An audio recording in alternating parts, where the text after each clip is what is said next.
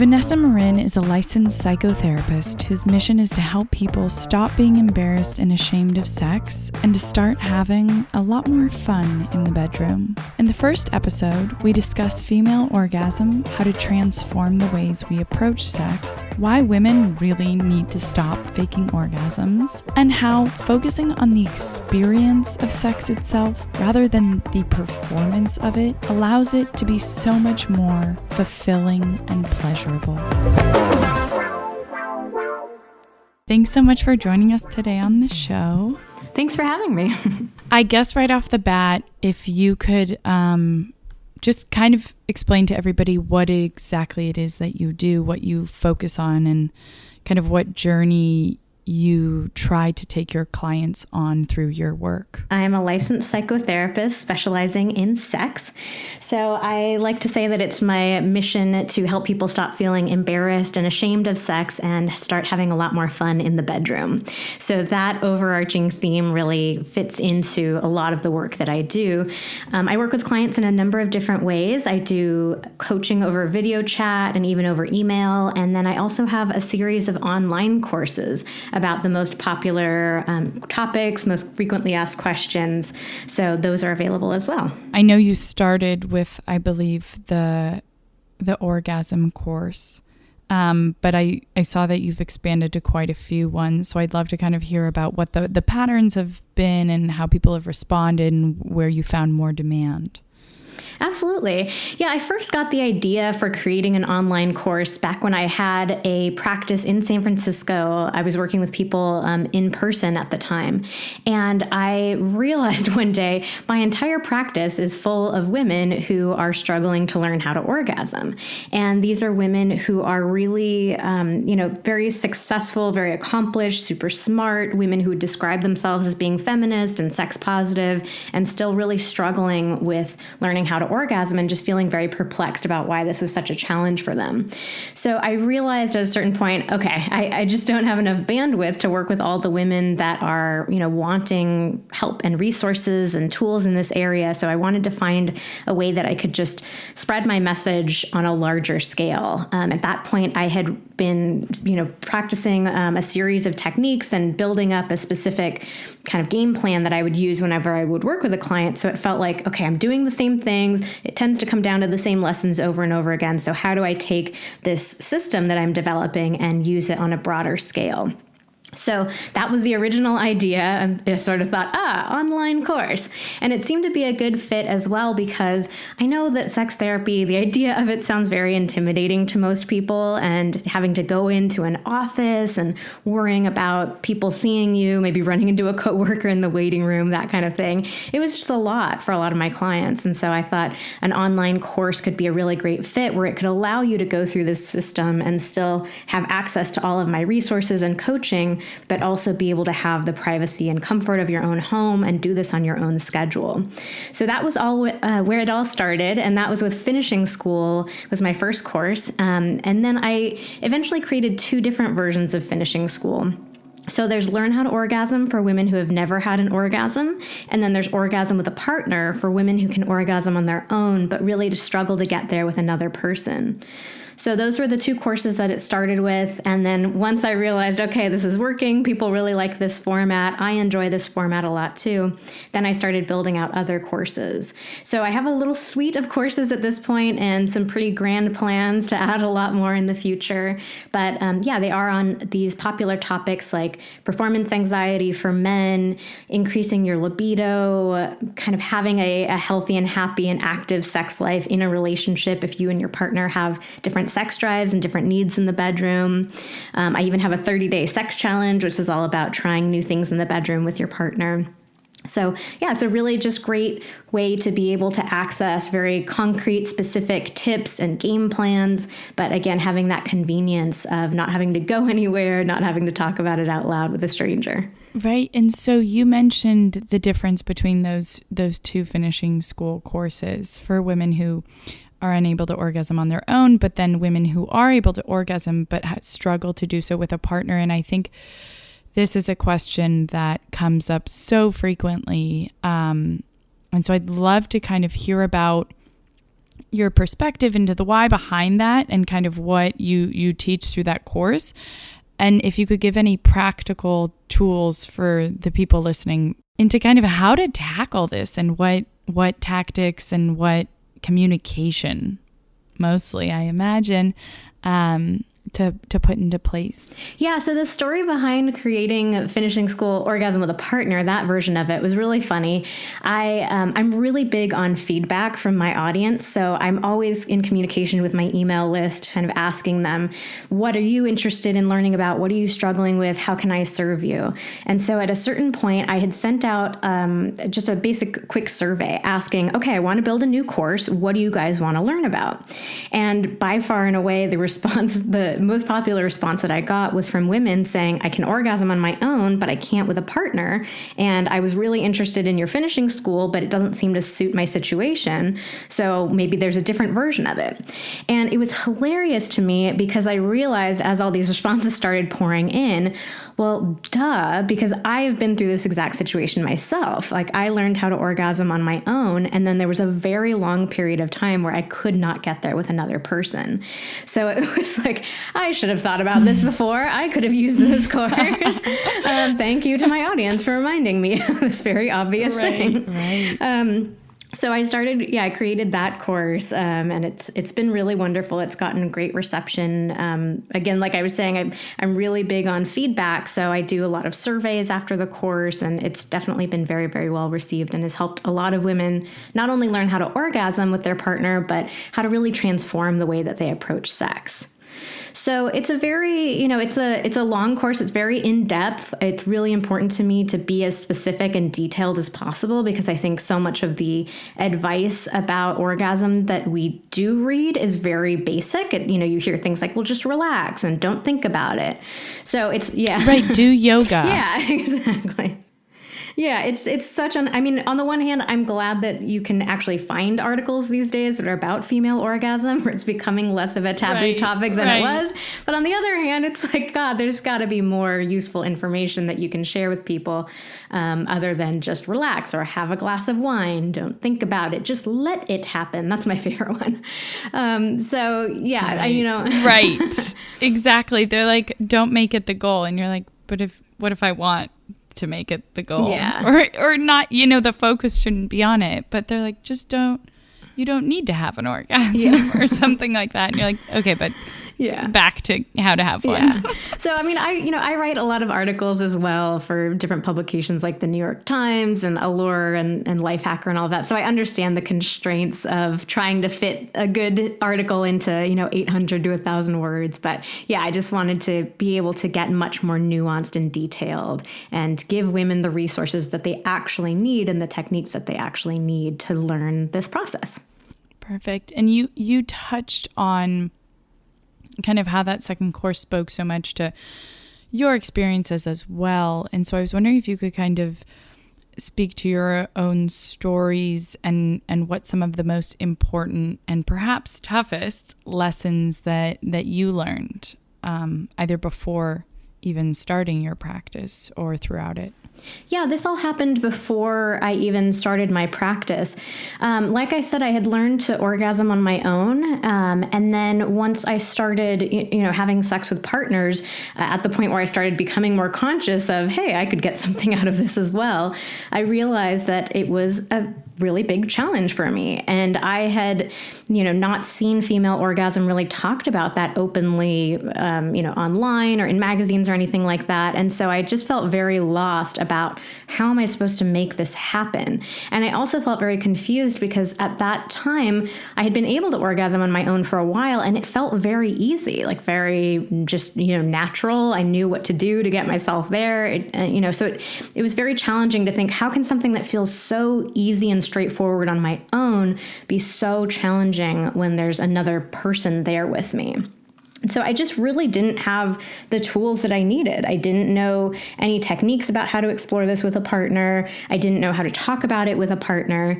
And then, I just had all of this socialization that I think we all receive as women about the ways that we're supposed to show up during sex with men, if we were having sex with men, which was namely that, the guy's pleasure is more important and that I needed to be focused on making sure that he thought that I was good in bed and he was having a good time.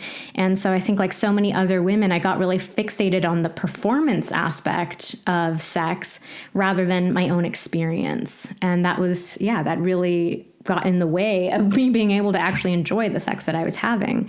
So for a period of almost 10 years, I really was super focused on my partners. I faked my orgasms. And again, that was for my partners as well. I wanted my partners to think that they were good in bed, that there was good chemistry between the two of us, that I was, just open and free and all of these things. So the faking, even that in and of itself was for my partners as well.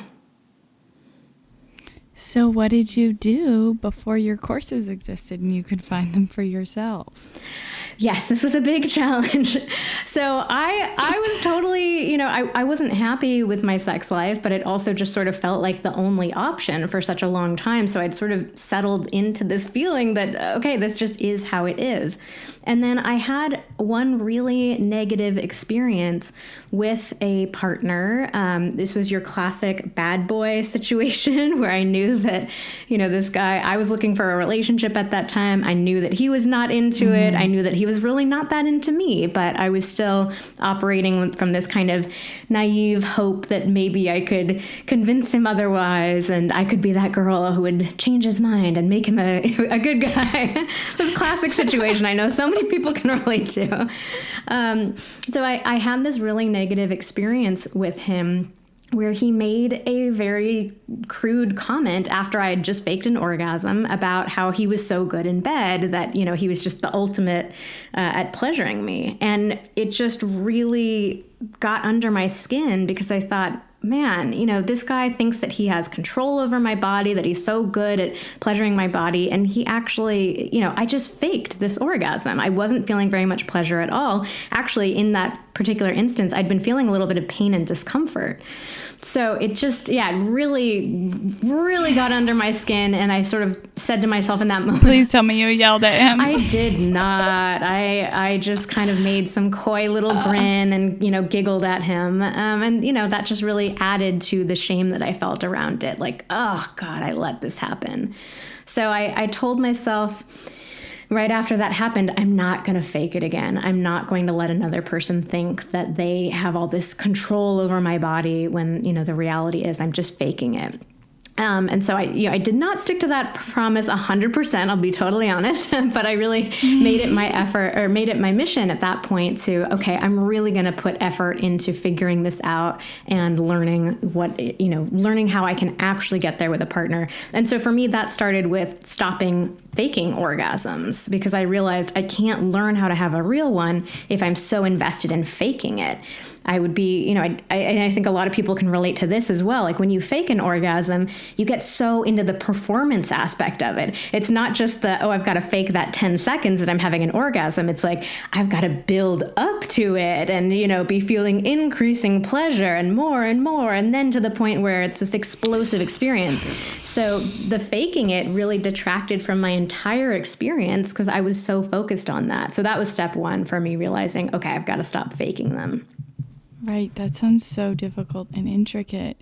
And what I try also, because I think there are so many women who can probably relate to that. And through some of the stories I've heard from women who have faked orgasms, I try and remind people that if not a favor to themselves, how about to all the other women who are probably going to at some point have sex with this person and also maybe deserve a partner who's more aware of their skills or lack thereof, and kind of the chance to, because it's literally only reinforcing what's not working and passing that on.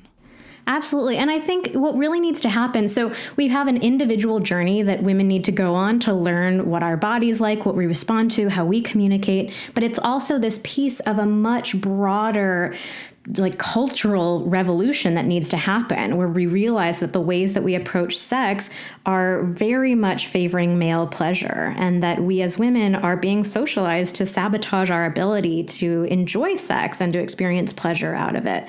And so I use that same sort of language as well. Like, think about, the other women who might be having sex with that person. And I know that might sound a little weird, but this idea of we need to create a culture where we're having more open and honest conversations about female orgasm, where we're supporting other women, where we're educating men, and just really transforming the entire culture around it. So it's a much bigger piece than that.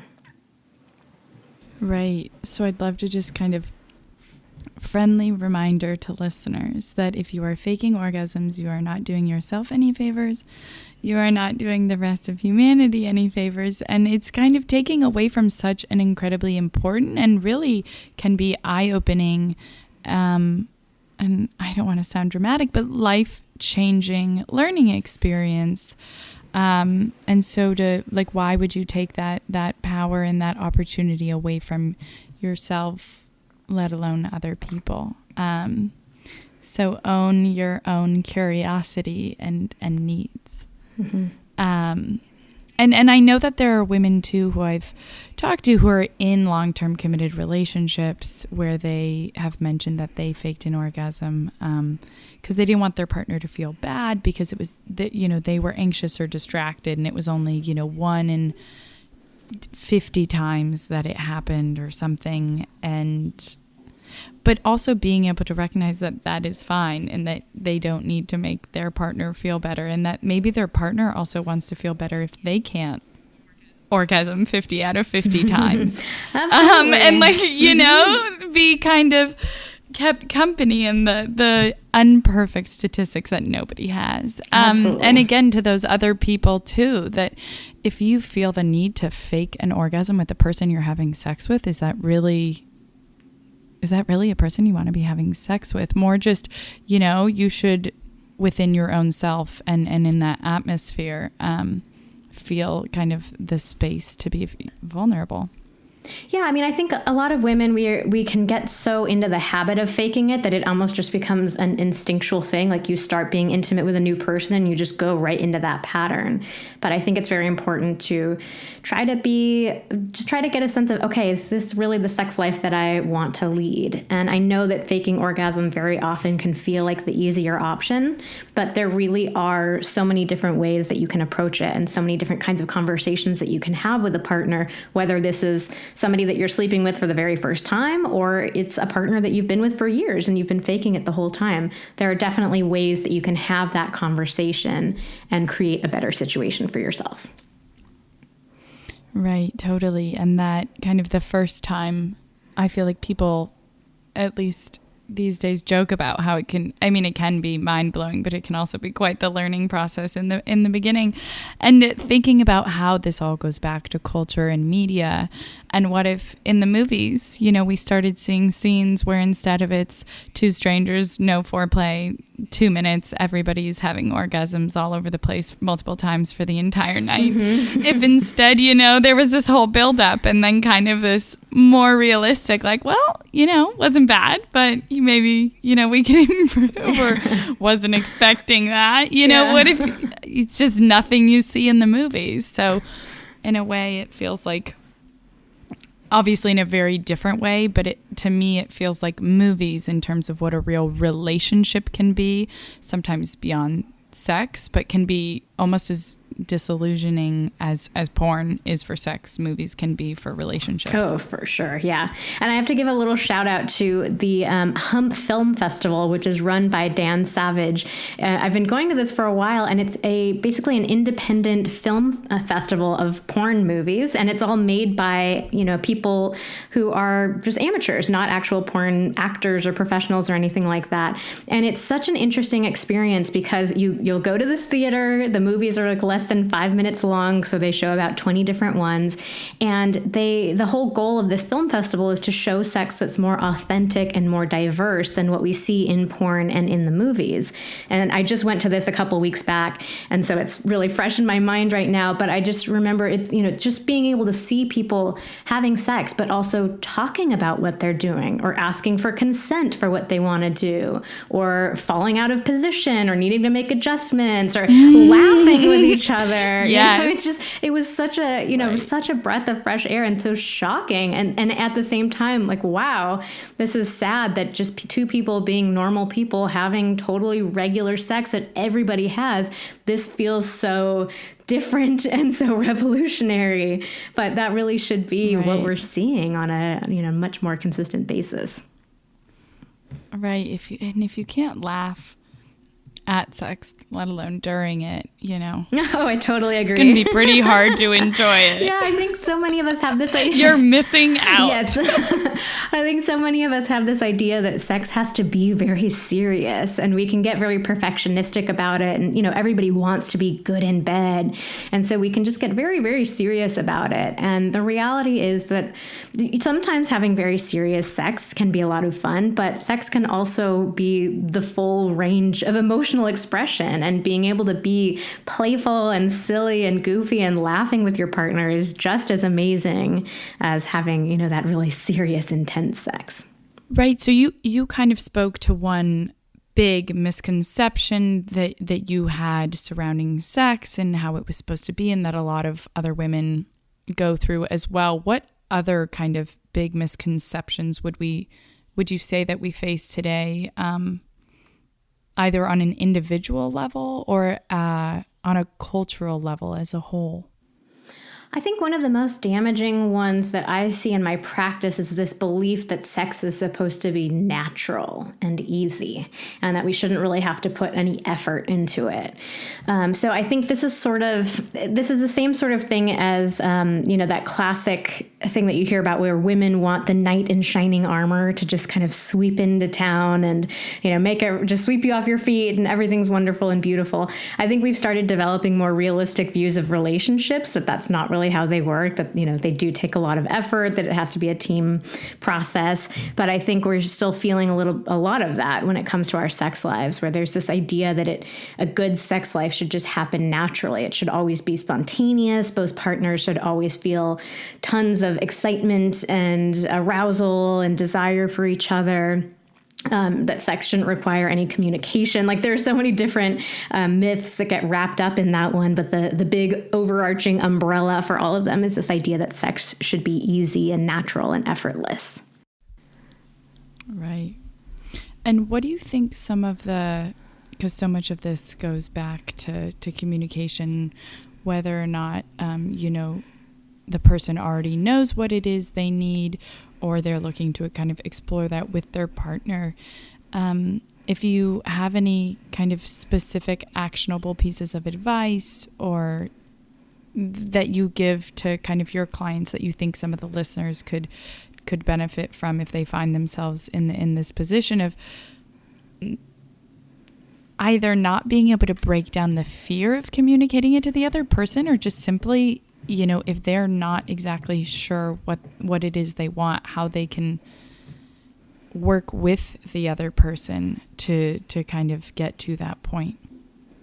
So the idea of what we want in the bedroom is a really interesting topic, because on the one hand, I do think that we each need to have a personal exploration around what we want and what we like, and even just this general idea of what we want our sex lives to be, like what we want to get out of them. And at the same time, I think this is another area where a lot of people get very perfectionistic, and they think that they need to know every single little thing that they want from their partner. Like, unequivocally, without a doubt, these are the things that I know that I will love, that you should do, and, do them in this order, like the whole thing. So it definitely does not need to be to that extent. You don't need to know yourself completely coming into your, into a relationship with a partner, into a sex life with your partner. A lot of that is going to be things that you will explore together. And a lot of it may be things that are unique to the two of you. So maybe there are certain things that you've never been interested in before in the past, but then you find a partner and they feel very safe to you, or they have specific interests that you had never been with somebody who had those same interests. And so there's something that opens up between the two of you. So again, it's kind of navigating this line of, yes, doing your own exploration to think about, what do I like from my sex life? What do I not like in my sex life? What do I want my sex life to be like? What are the most important aspects of it for me? But not getting so perfectionistic that you think you need to have the whole thing figured out.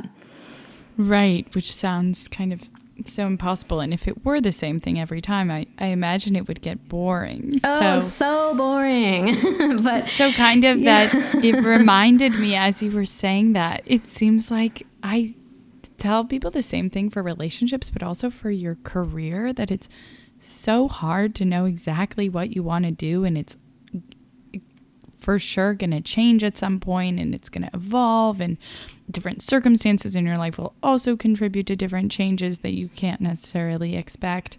But you can identify what you don't like, and what doesn't work, and start from there. And it's kind of that learning process, but it's so much easier to identify what you don't like than what you do like, and to kind of create this pattern for how it should be that you try and kind of project onto all your experiences.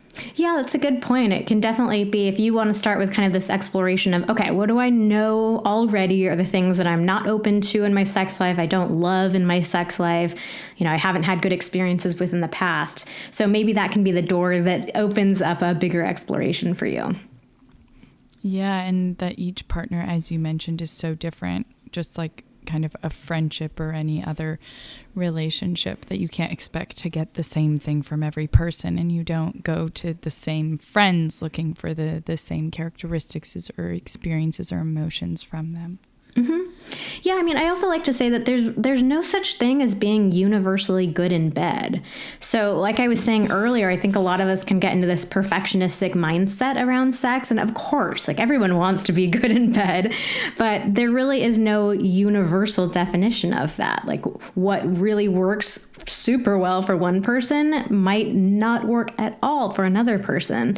So it's not about, developing this perfect set of skills. It's about learning how to be present with whatever partner you're with at the time, and navigating what feels like great sex between the two of you. And just noticing that it's going to be very different from what might feel like great sex with a different partner. Right. I think that's so important what you just said. So I just want to read it.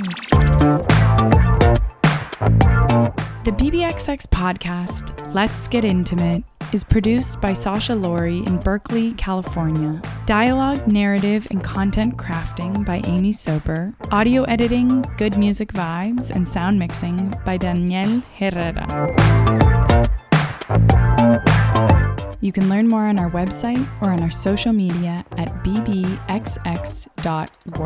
And if you believe in what we're doing, please do help spread the love by sharing this with someone you care about. Until next time.